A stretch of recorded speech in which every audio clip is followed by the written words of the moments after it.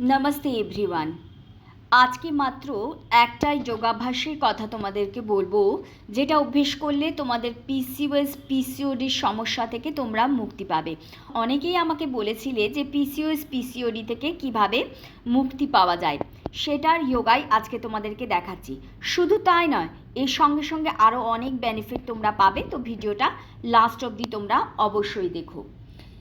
দেখো, প্রথমেই পায়ের মধ্যে শোল্ডার পার ডিস্টেন্স নেবে, দিয়ে তারপর একটা মাপ করে নিলাম। দেখো, তারপর স্পাইনটাকে ডাউন করবে, ইনহেলের সাথে এক্সহেলের সাথে স্পাইনটাকে আপ করবে।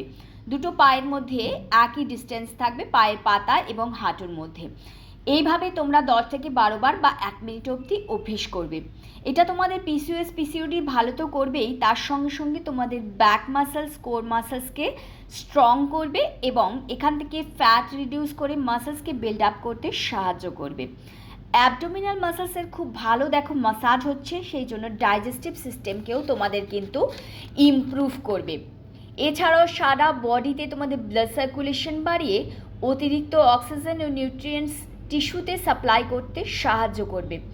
এটা পেলভিক মাসলসকে স্ট্রেংথেনিং করার সঙ্গে সঙ্গে পিরিয়ডসের পেন থাকলে বা ইউরিনারি ট্র্যাক ইনফেকশন থাকলে বা ইউরিনারি ব্লাডারের কোনো রকম সমস্যা থাকলে বা ইউরিন লিকেজের সমস্যা থাকলেও কিন্তু তোমাদের এটা থেকে মুক্তি দেবে।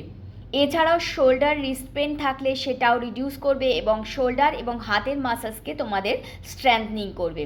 এটা চেস্ট শোল্ডার মাসলসকে ওপেনিং করে, ফলে তোমাদের পশ্চারও ইমপ্রুভ হবে।